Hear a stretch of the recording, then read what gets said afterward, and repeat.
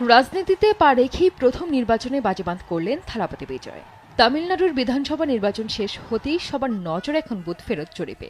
আর সেই জরিপেই সবচেয়ে বড় চমক হয়ে উঠেছেন দক্ষিণী সিনেমার জনপ্রিয় এই তারকা।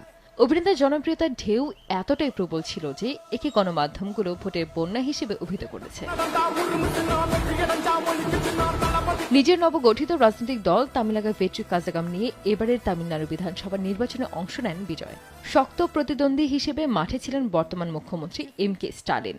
তবে নির্বাচনের আগেই বিজয়ের জনসভায় বিপুল সমর্থক উপস্থিতি রাজনৈতিক সমীকরণে নতুন মাত্রা যোগ করে।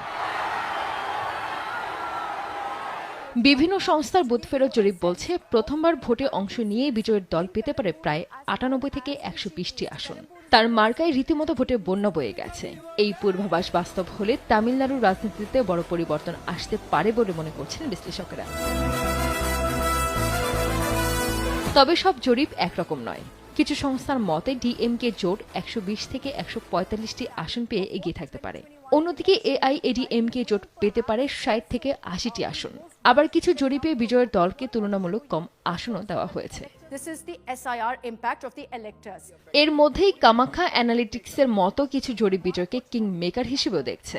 তাদের মতে ৬৭ থেকে ৮১টি আসন পেলেও সরকার গঠনে বড় ভূমিকা রাখতে পারে তার দল।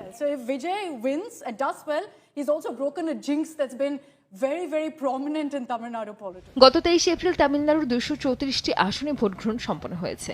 নির্বাচন কমিশনের তথ্য মতে ভোটার উপস্থিতি ছিল ৮২% বেশি, যা রাজ্যের রাজনৈতিক আগ্রহেরই প্রমাণ।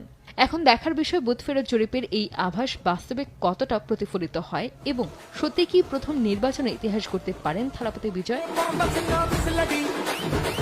সানজিদ আক্তার, দেশ টিভি।